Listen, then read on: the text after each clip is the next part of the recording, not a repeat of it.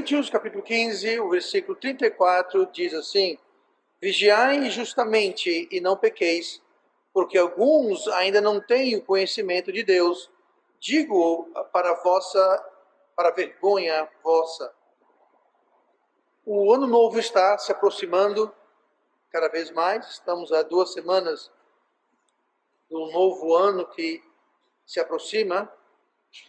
E é costumais essa época a gente fazer aquelas resoluções de novo, aquelas decisões, tomar estoque.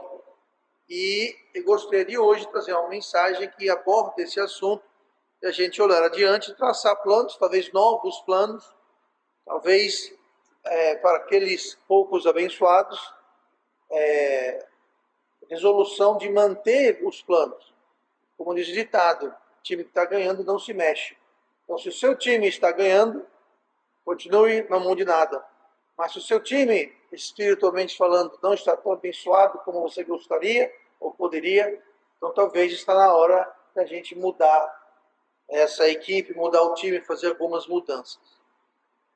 A verdade é que crentes não devem pecar. Melhor ainda, crentes não deveriam pecar, porque a triste realidade é que enquanto estamos habitando esse corpo, o crente não pecar, zero pecado, é uma realidade que não vai existir. Estamos habitando um corpo falho, corpo que contém a natureza carnal, com que nós lutamos, ou deveríamos estar lutando. Se você não reconhece, você não está atinado a essa luta que há, então o problema já complicou. E se você não sabe que está numa batalha, porque você já perdeu a batalha e não percebeu. Mas a verdade é que nós não temos a capacidade de vivermos sem pecado. Estou fazendo um pouco caso, fazendo apologia ao pecado, mas é uma realidade. E seria grande hipocrisia da parte de alguém tentar aludir ao fato que se pode viver de tal modo, porque não pode. Deus nos ensina isso claramente. Então, apesar de tudo isso, nós devemos estar pecando menos e menos. Não podemos parar 100%, mas devemos e podemos sim diminuir. Podemos sim fazer algo a respeito e não simplesmente, jamais, desistir e nos entregarmos ao pecado. Como diz lá em Efésios 4, versículo 18, diz assim: entenebrecidos no entendimento, separados da vida de Deus, pela ignorância que há neles, pela dureza do seu coração, os quais, havendo perdido todo o sentimento, se entregaram. Nós não devemos fazer isso.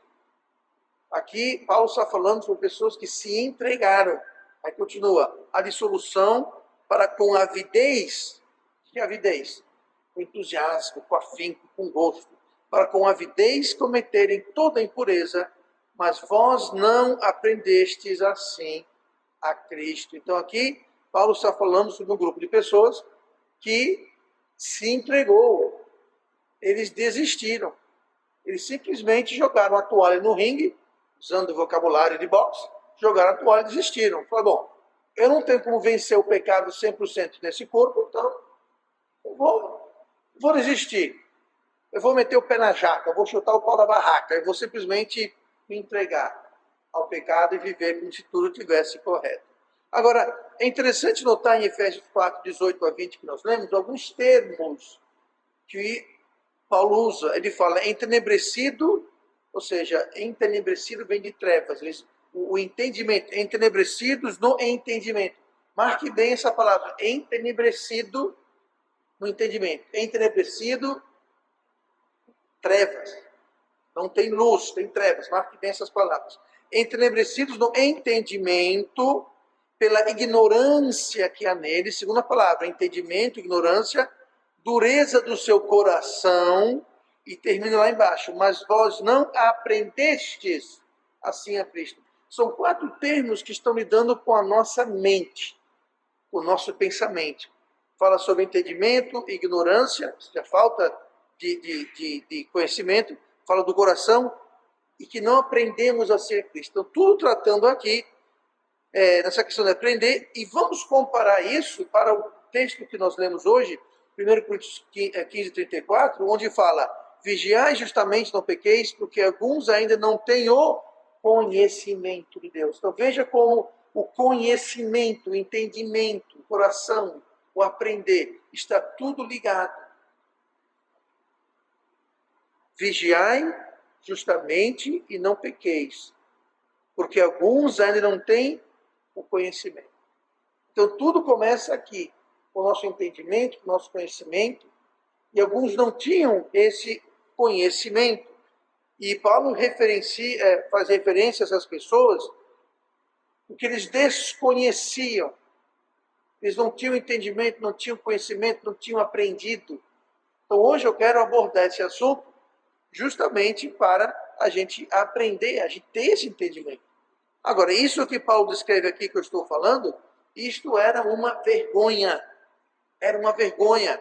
O versículo 34 de 1 Coríntios 15 termina dizendo: digo para vergonha vossa.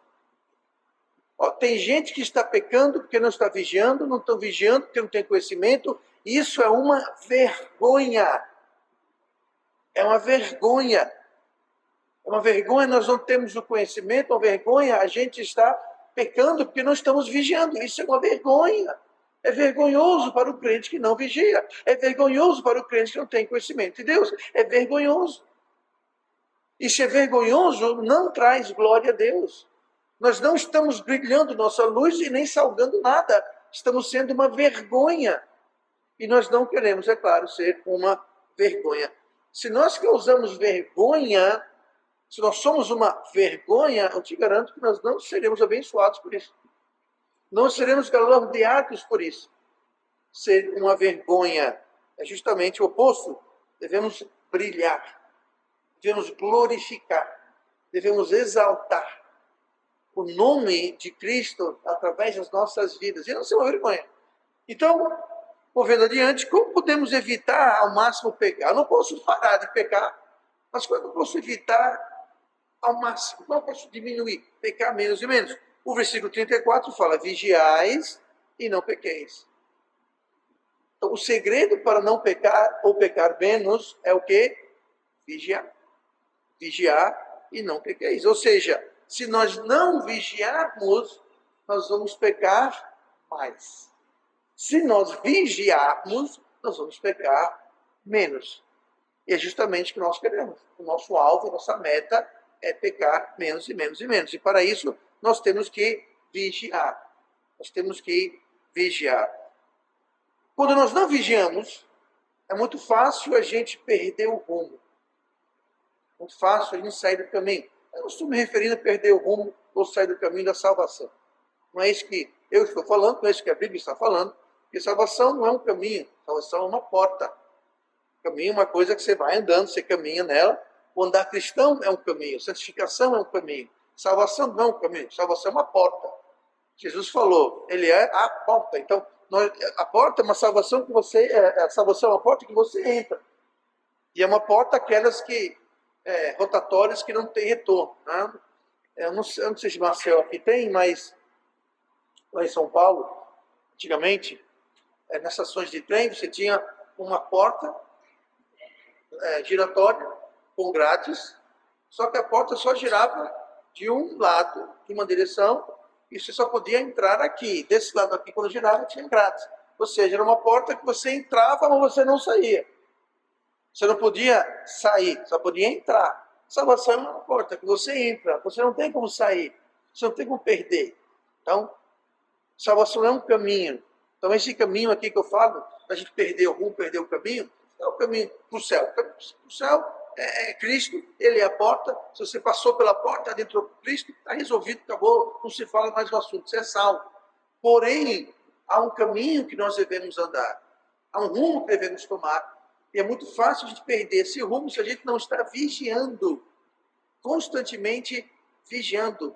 Hoje em dia, com o GPS, isso talvez não é tão importante, mas antigamente, antes da época do GPS, o pastor fala muito antigamente, né? Até parece que ele era uma época antigamente, mas quando alguém navegava, seja um avião, seja um navio, o navegador, precisava constantemente estar checando o rumo. Talvez era com um sextante, com as estrelas, talvez era com uma referência, lendo um mapa, referências a objetos, colinas e etc. e tal, mas sempre checando o rumo para averiguar se de fato estava indo no caminho. E quando nós não estamos checando, averiguando, é fácil a gente perder o caminho. Tem um exemplo famoso, esqueço qual o voo, mas o voo da Varig, se não me engano, o voo da Varig, eu saiu de Belém, eu estava indo para Belém. Alguém lembra desse voo, desse acidente? O Wagner estava no voo, não é nem o Wagner estava, não, estava.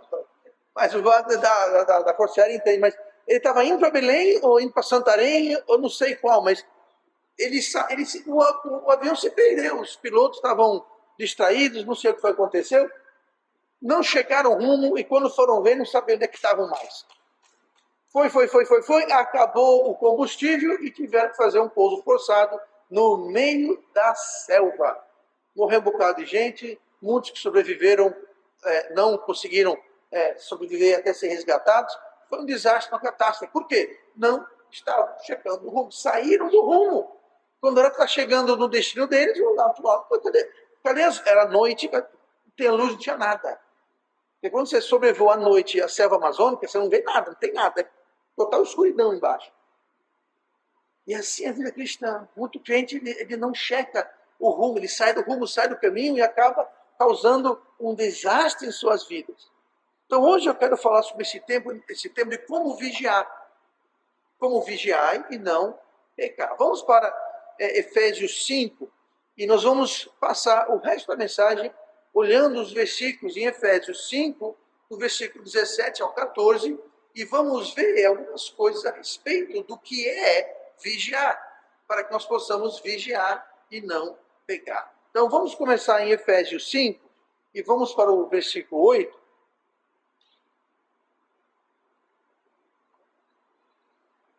Que diz assim, versículo 7. Portanto, não sejais seus companheiros, porque no outro tempo erais trevas, mas agora sois luz no Senhor. Andai como filhos da luz. Então, a primeira coisa, para definir, para explicar, a gente saber o que é vigiar. Primeira coisa, vigiar é não participar. Vigiar é eu e você não participar. Participar do quê, pastor? Você note que esses dois versículos mencionam muita coisa sobre trevas e luz. Né? Portanto, não sejais seus companheiros, porque no outro tempo erais trevas. Lembra que nós lemos agora há pouco em Efésios, falava entenebrecidos do entendimento, entenebrecido de trevas, escuridão. Então fala, não, seus companheiros, porque no outro tempo erais trevas, mas agora sois luz no Senhor. Andai como filhos da luz. Então temos aqui referência à luz e referência às trevas. Mas o que diz aqui, o que eu quero trazer atenção, é onde fala, não sejais seus companheiros.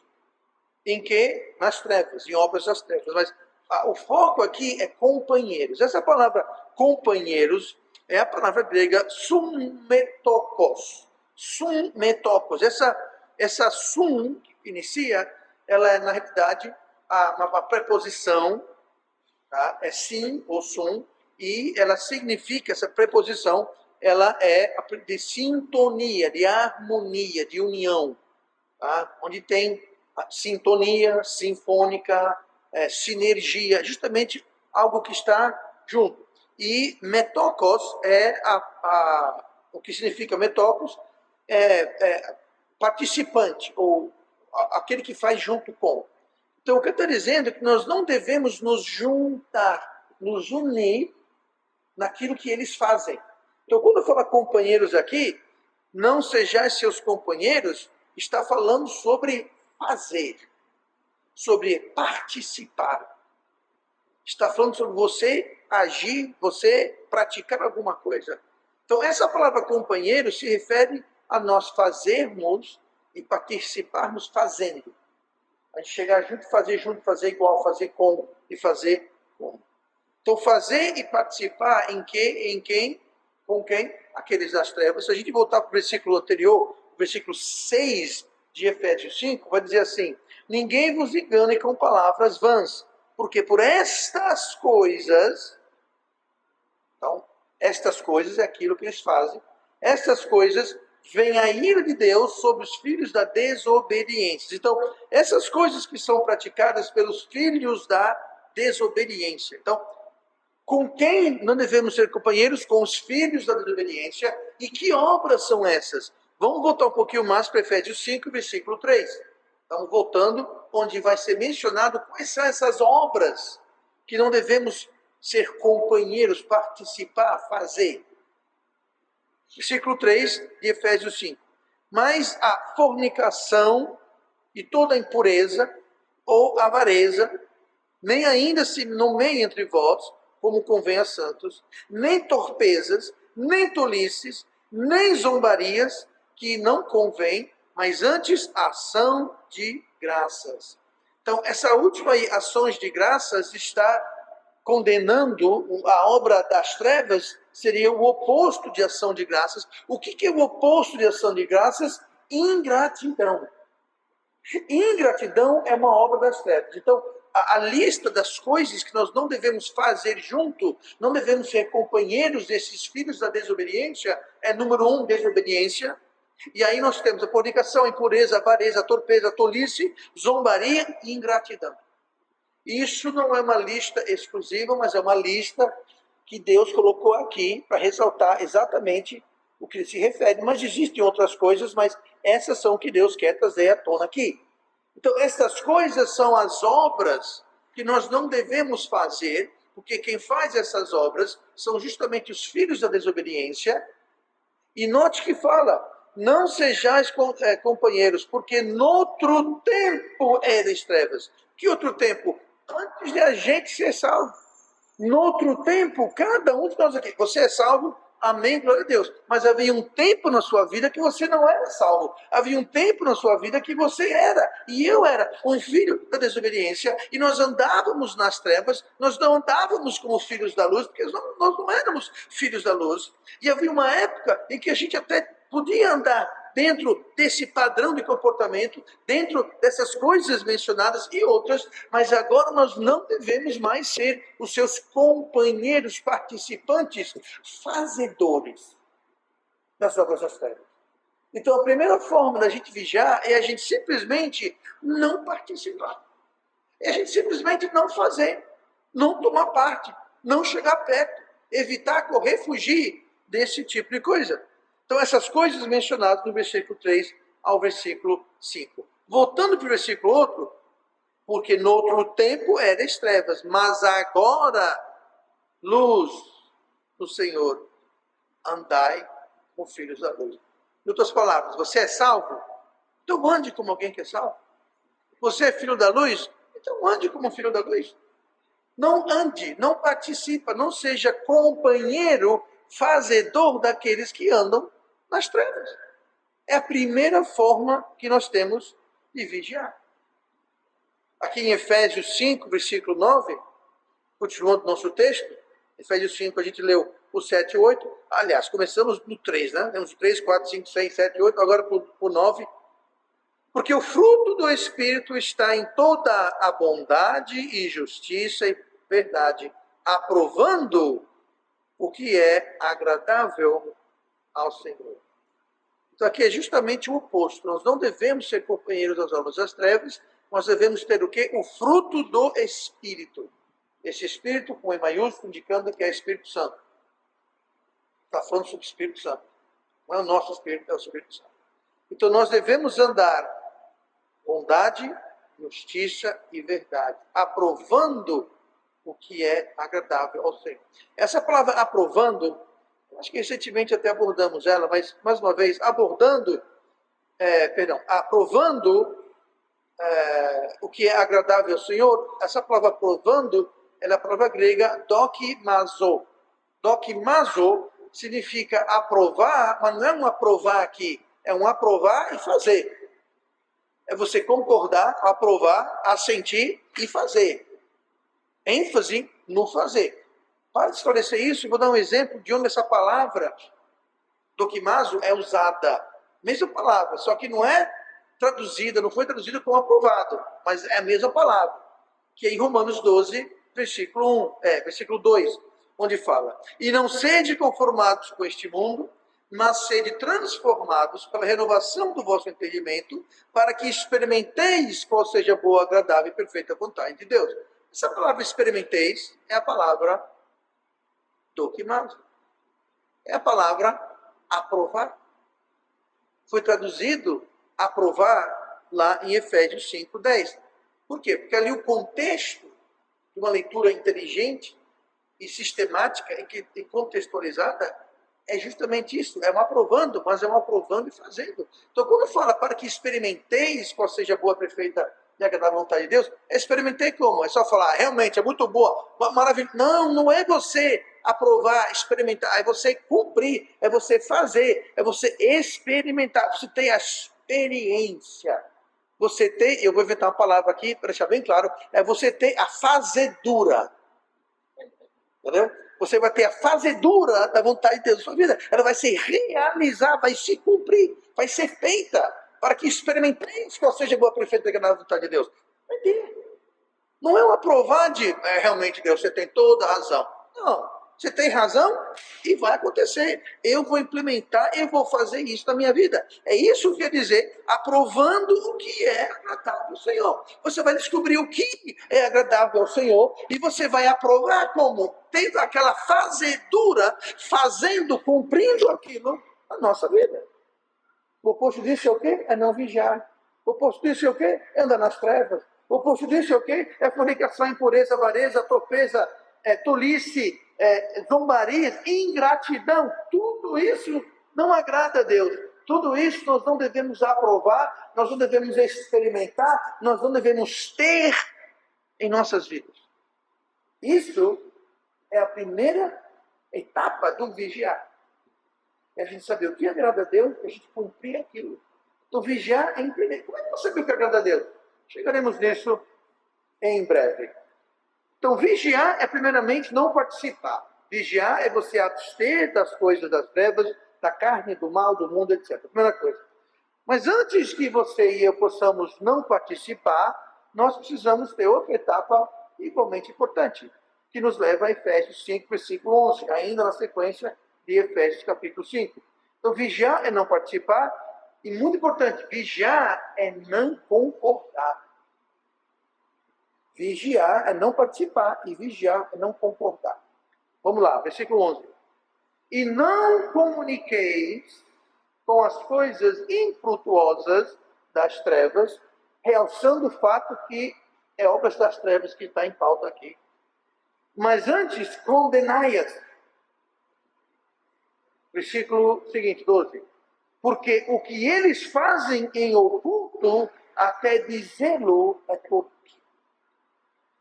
Então, veja bem, aqui fala que nós não devemos comunicar com as obras das trevas. Então, no versículo 7 fala, portanto, não sejais seus companheiros.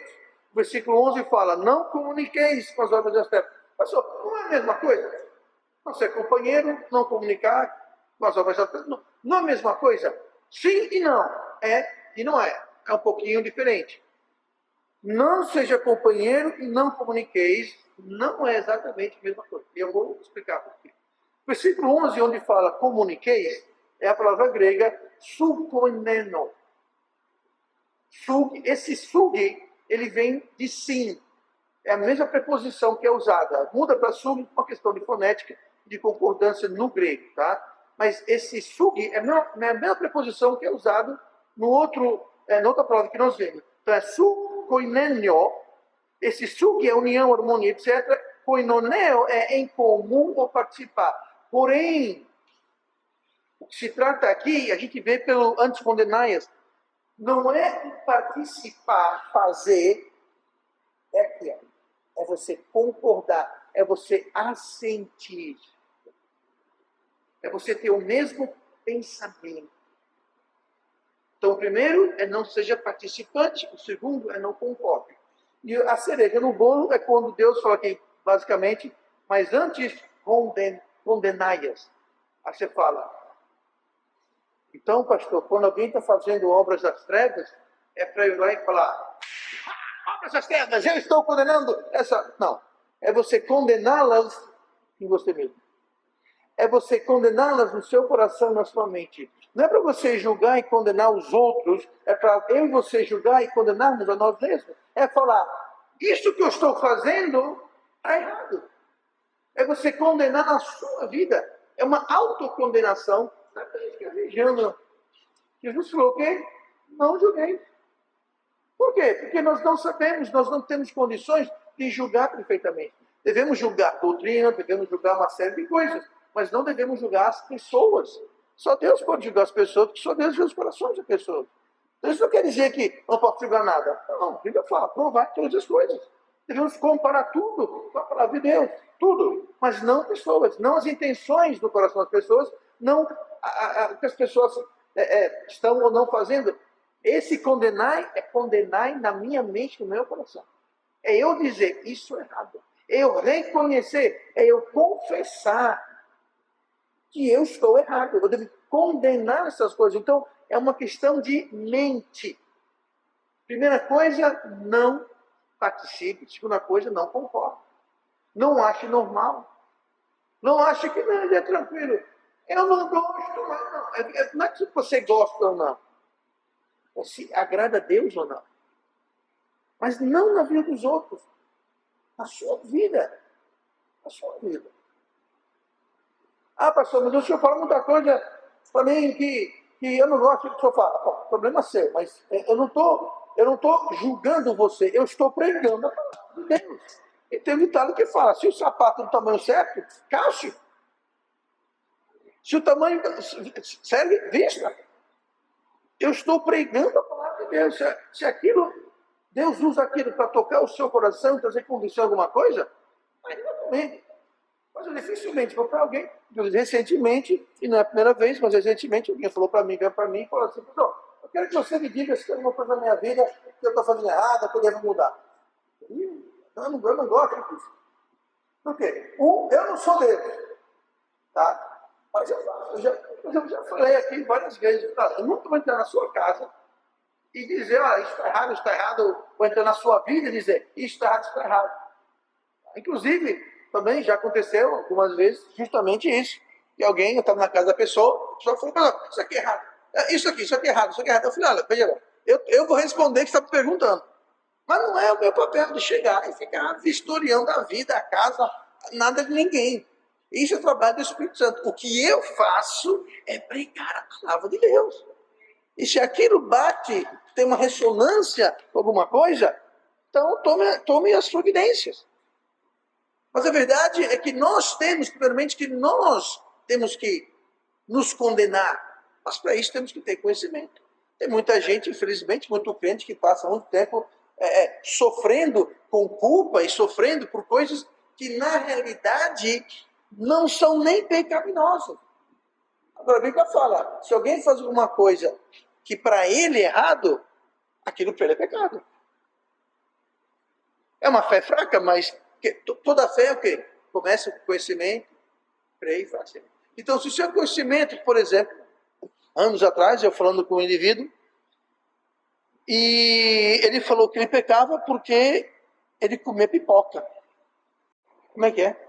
Não, porque a minha pastora, eu falei, já começou para ele, a pastora falou que é pecado comer pipoca.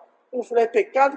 E ela mostrou, e está onde na Bíblia isso? Ela mostrou, não, sabe o que é, pastor? É que eu sou analfabeto, eu não sei ler. Aquele indivíduo tinha um problema de fé. Por quê? Porque a fé vem pelo ouvir e ouvir a palavra de Deus. A fé dele estava sendo baseada numa coisa que não veio da palavra de Deus. Então, para ele, apesar que não é pecado nenhum comer pipoca, mas para ele comer pipoca seria pecado. Porque para ele, a fé dele é errada, mas a fé dele dizia que aquilo era pecado. Então, tem muita gente, não estou dizendo que ninguém tem problema com pipoca não, tá? Mas o que acontece é que muita gente tem problemas de culpa e achando que teve uma coisa, e no fundo aquilo não é nada aquilo. Como é que se resolve isso? Com a palavra de Deus. Eu perguntei para esse indivíduo daí da pipoca, eu falei, qual versículo, qual capítulo, qual livro? Me mostra para saber, porque a nossa fé tem que ser baseada na palavra de Deus. E não na opinião ou na loucura de algum maluco por aí que vai inventar. Não, porque se você não fizer isso ou aquilo, Então, como é que se cura essa ignorância? Como é que eu tenho entendimento? Como é que eu tenho conhecimento? A palavra de Deus. Leia, estuda, ouça boas pregações. E hoje em dia você tem que ter muito cuidado. Tem muita pregação por aí que não vale literalmente nada. Não vale nada. É perigoso, inclusive. Tá? Então, o grupo da igreja, vira e mexe, eu coloco vários sites que eu recomendo de igrejas que pregam e você pode ouvir a pregação e desligar o filtro, que ali é tranquilo. Agora, tem a maioria do que tem de pregação por aí, você não pode nem ficar tranquilo, não pode nem tirar o filtro. E eu até sugiro, nem ouço. Mas, enfim. Então, temos que ter muito cuidado para a gente não concordar. Concordar é aqui, ó. E se a gente está ouvindo coisas que não estão baseadas na palavra de Deus, aquilo vai nos influenciar. Se eu estou ouvindo doutrinas que fogem da sã doutrina, aquilo vai influenciar o que eu concordo ou não concordo. E o que eu concordo ou não concordo vai determinar a minha fazedura. Vai determinar o que eu faço e o que eu não faço. Vai determinar com o que eu participo. Deu para entender? Se eu estou me alimentando, a minha mente, meu pensamento, meu raciocínio, com coisas que não estão alinhadas e sintonizadas na palavra de Deus, eu vou fazer coisa errada. Eu vou fazer obras das trevas. Eu vou ser um participante, eu vou ser um companheiro que eras antes, ou seja, eu vou estar indo na direção errada. Eu estou retroagindo, não estou progredindo. Eu estou andando para trás.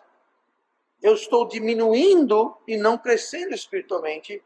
Eu estou parando e engatando marcha ré no processo de santificação. Que aí sim é um caminho. Salvação é uma porta. Santificação é um caminho. Santificação começa quando você atravessa a porta da salvação. Você não tem como começar. Santificação tem que você entrar pela porta da salvação. Mas santificação é um caminho. E se eu estiver concordando com coisas erradas, eu vou estar participando de coisas erradas. Acho que muito crente faz coisa errada e nem pisca. Por quê? Porque no fundo ele está, em algum grau, concordando. A verdade é, nós nunca faremos algo em que nós não concordamos. Deixe isso saturar seu entendimento. Nós só fazemos aquilo com que nós concordamos. Se nós não concordamos, nós não fazemos. Então, mais importante do que ser participante é ser concordante ou não. Porque se eu não faço o que eu não concordo, o importante é saber com que eu concordo, com que eu estou sintonizado, com que eu estou harmonizando, assim por dizer. Então, aqui está se referindo, no versículo 11 e 12, está se referindo não tanto a fazer, a participar, mas a concordar, a sentir, a pensar de forma geral. Devemos sim condenar. Mas, mais uma vez, condenar é decretar errado. Quando o juiz condena, fala, você está errado, você é culpado desse crime. Então devemos condenar isso em nossas vidas. Tá? Aí na sequência do texto, versículo 13, ainda Efésios 5, lemos o 11 e o 12, vamos ler o 13. Mas todas essas coisas se manifestam sendo condenadas pela luz. Então veja bem, nós devemos condená-las, certo? Mas essas coisas se manifestam, ou seja, são aparentes, sendo condenadas pela luz, porque a luz tudo manifesta. Se a luz tudo manifesta, nós devemos condenar também. Se a luz condena, nós devemos condenar.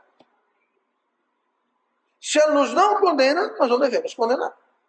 Então, quando fala que nós devemos não ser participantes e devemos condenar, é baseado na luz, é como um juiz.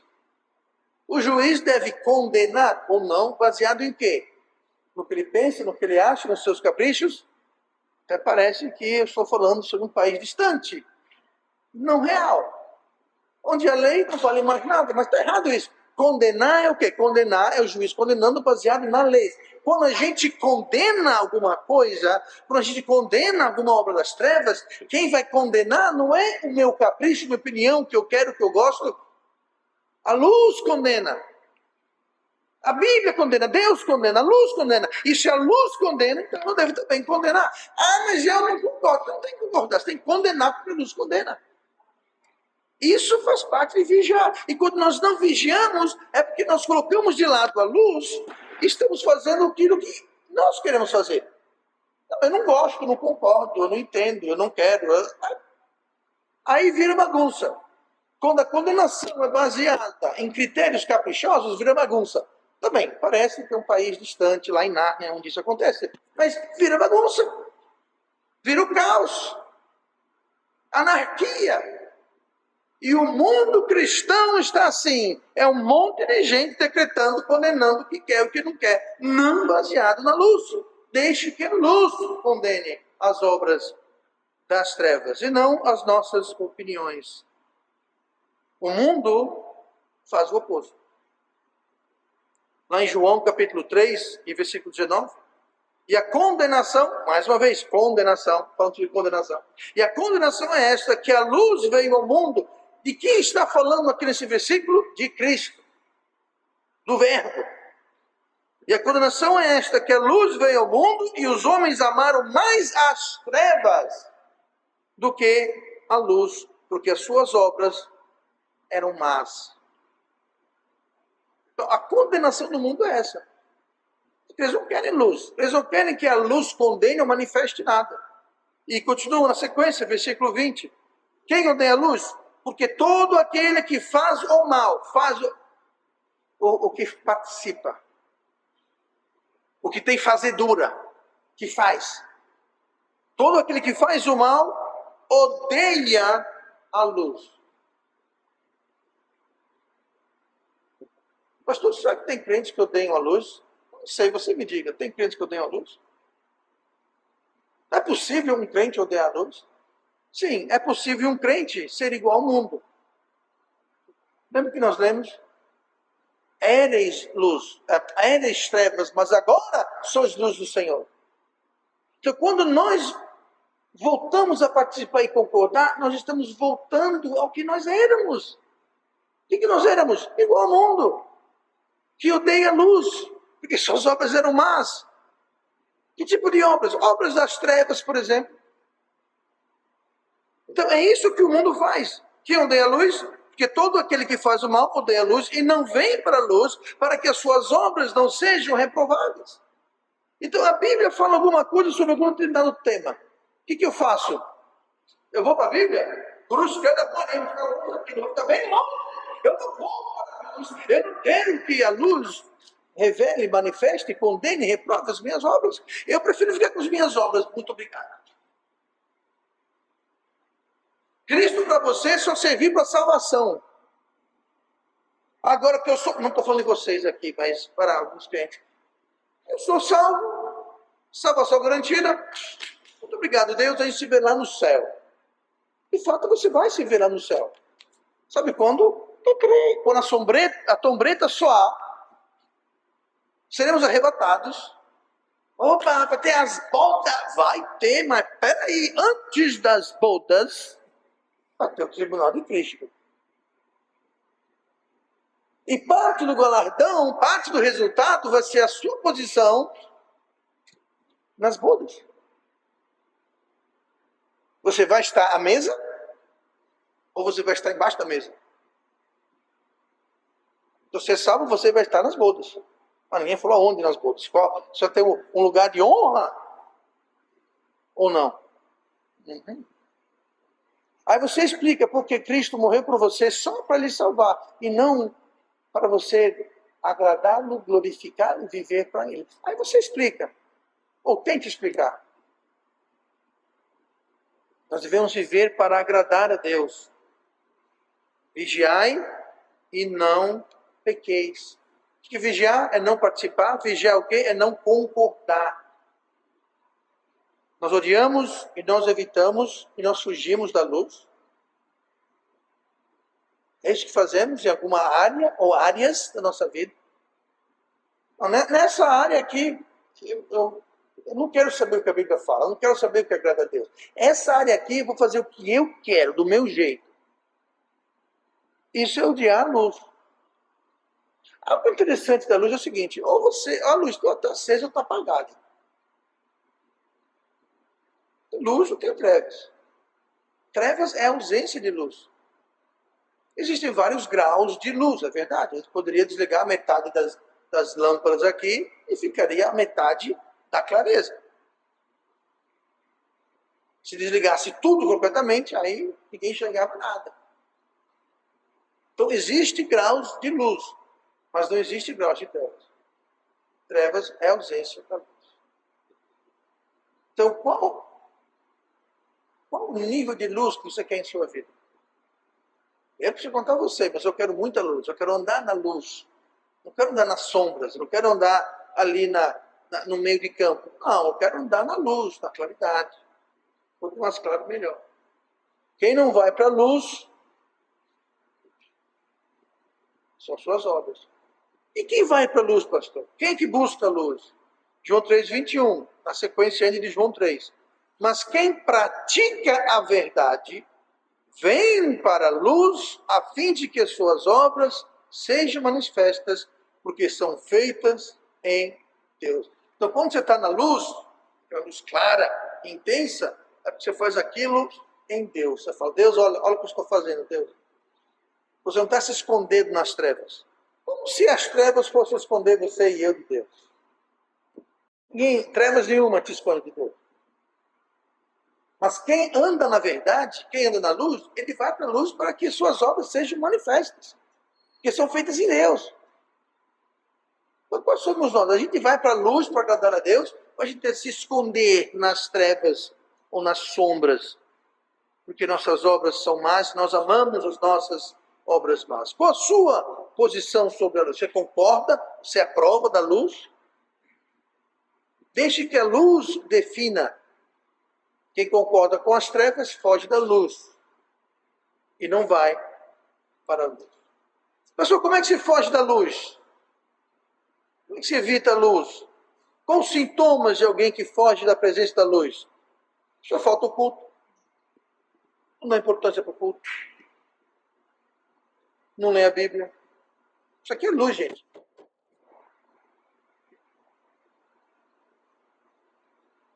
Não tem uma vida de oração.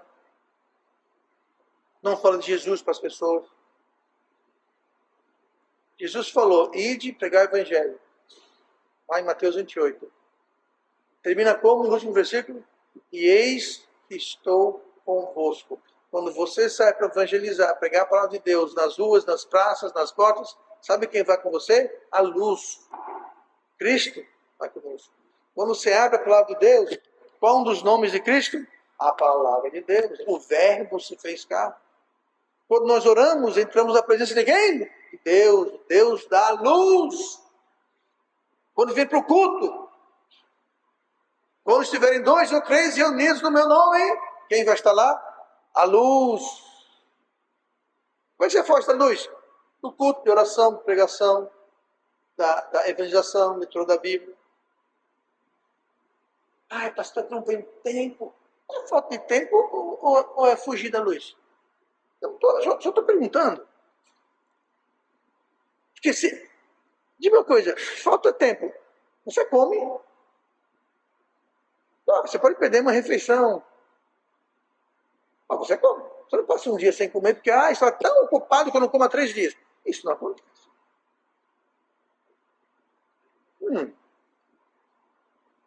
Você sente falta da luz como você sente falta do seu alimento?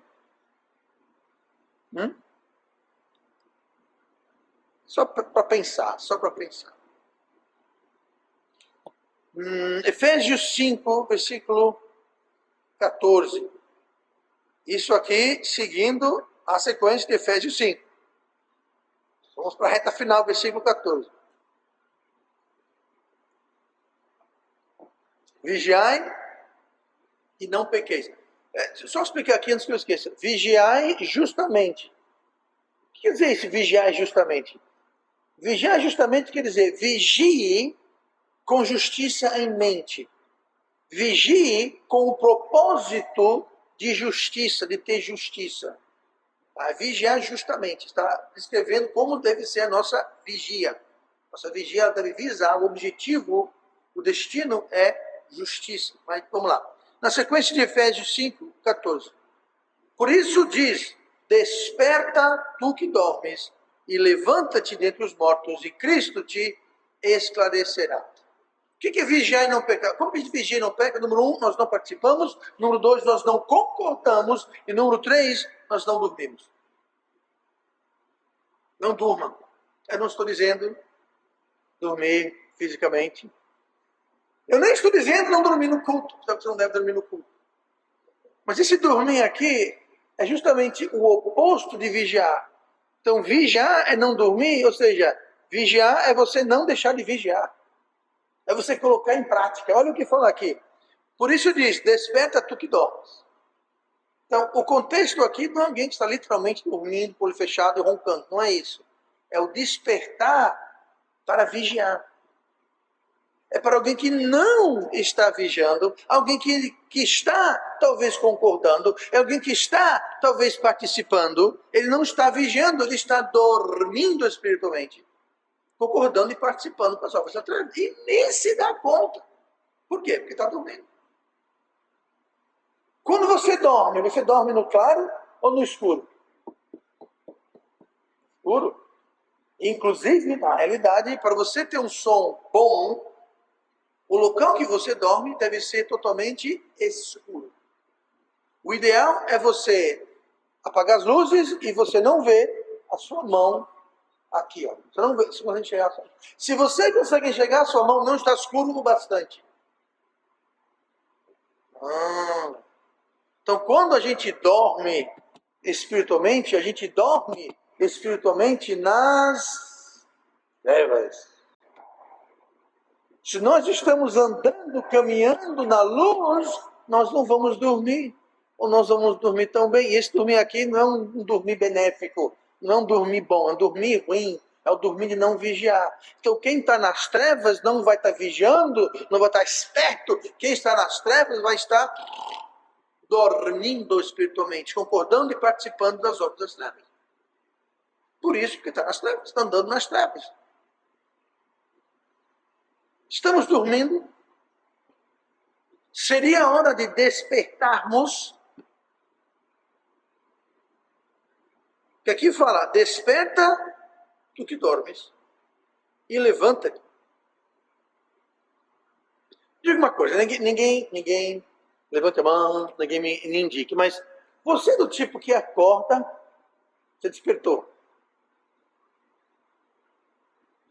Mas você não levantou. Você acordou, está na cama lá, acordou, pum, despertou, acordou. Abriu os olhos. Mas você não se levanta. Alguém faz isso? Não me responda, não é da minha conta. Mas você chega atrasado na aula ou no serviço. De novo atrasado? Não, mas eu acordei 4:30 da manhã. Eu só levantei às 10 horas. Fiquei na cama. Desperta e o quê? Levanta. Então, quando fala não concorde e não faça, não adianta você, não, eu não concordo com isso. Isso é o acordar. O despertar é você não fazer, é você agir. Se você acordar, mas não sair da cama, não resolveu nada. O seu dia não começou. Não, mas eu acordei.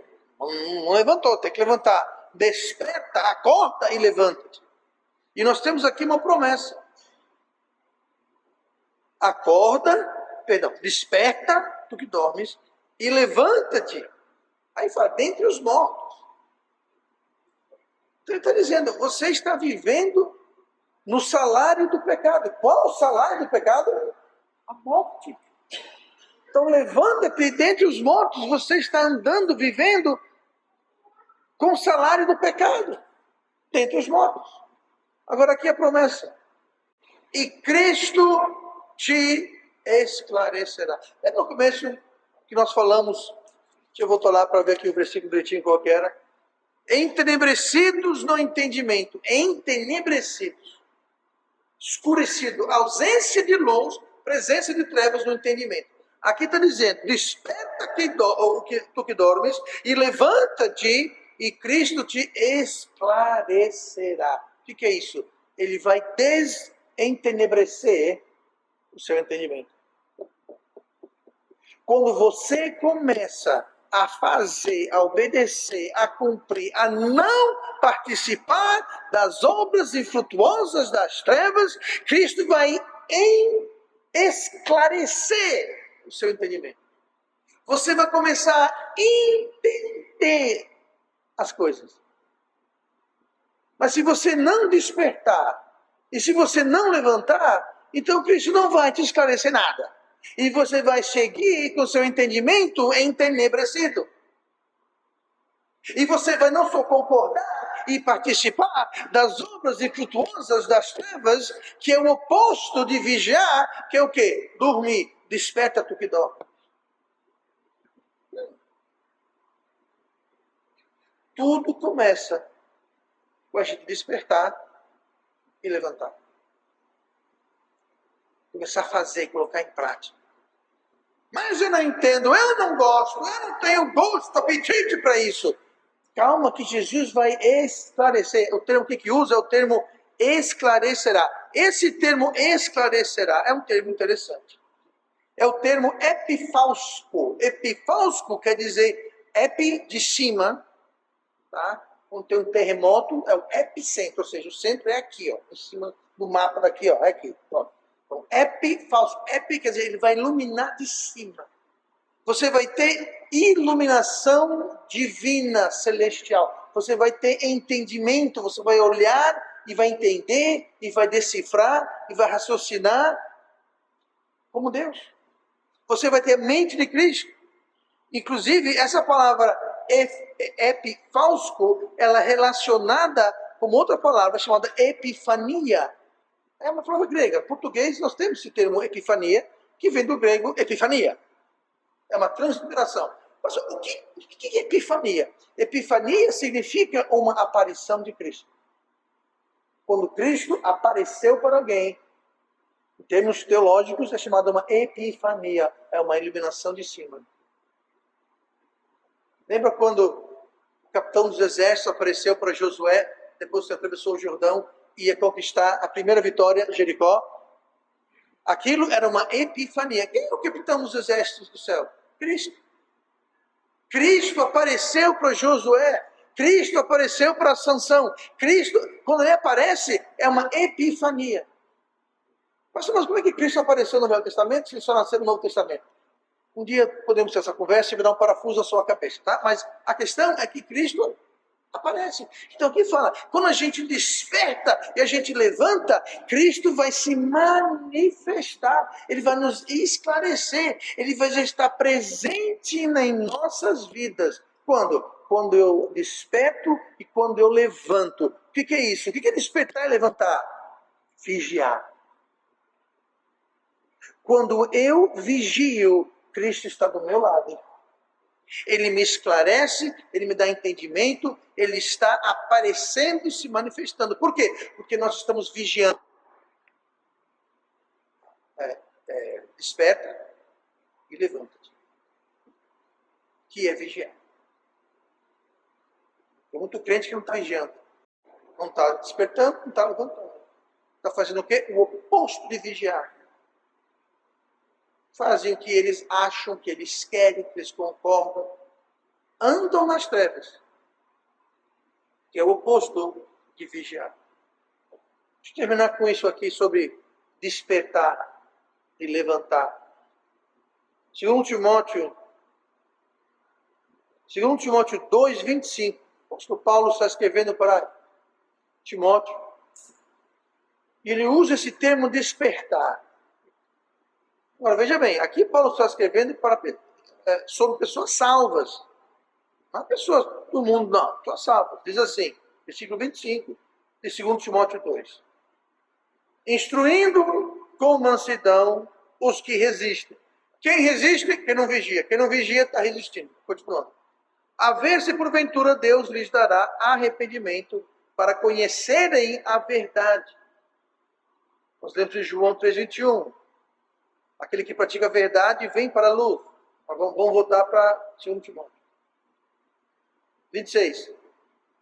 E tornarem a despertar, desprendendo-se dos laços do diabo, em que a vontade dele estão presos. Quando a gente não vigia, preste bem atenção, quando nós não estamos vigiando, o que nós permitimos enquanto dormimos é que o diabo nos enlace, desprendendo-se dos laços do diabo.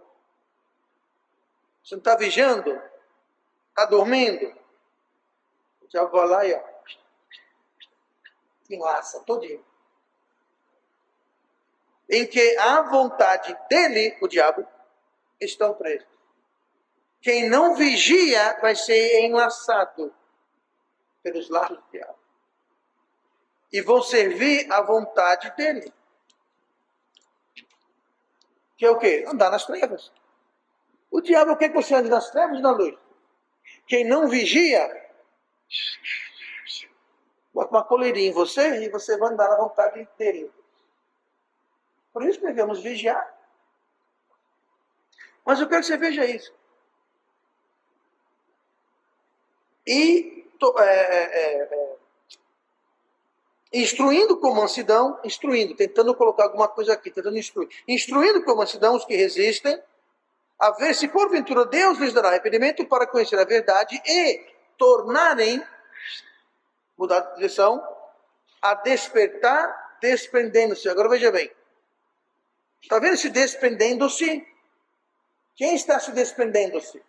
A própria pessoa. A pessoa que resiste. A pessoa enlaçada. Então quem vai desprender-se é a pessoa. Agora veja bem. Desperta. O que aqui está dizendo é e tornarem a despertar sem se e desprender-se. Esse se, no final, é uma ação que eles fazem, vale tanto para o desprender quanto para o despertar. Despertar-se e desprendendo-se dos laços do diabo. E como que você se desprende? Como você se desperta? Você se desprende se despertando. Como é que você se desprende? Tornarem. O que é isso?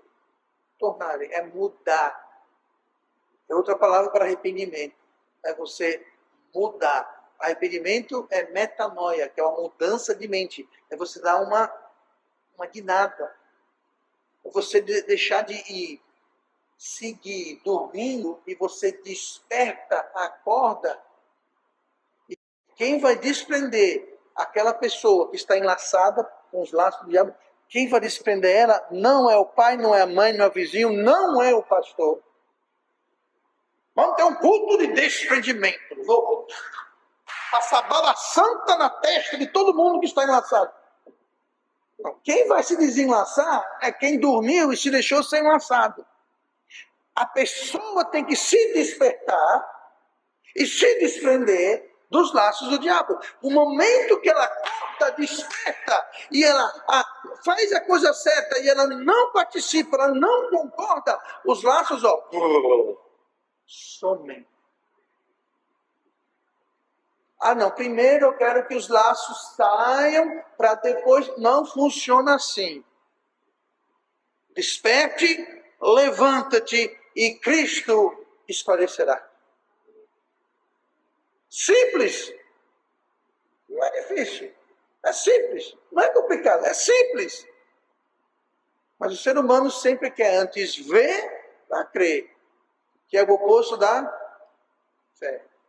Fé é a prova das coisas que não se vê.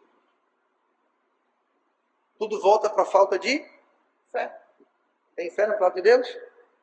Desperta, levanta-te, que Cristo se fará presente na sua vida. E o que tiver, que você não entendeu, que estiver te enlaçando, você vai se desprender.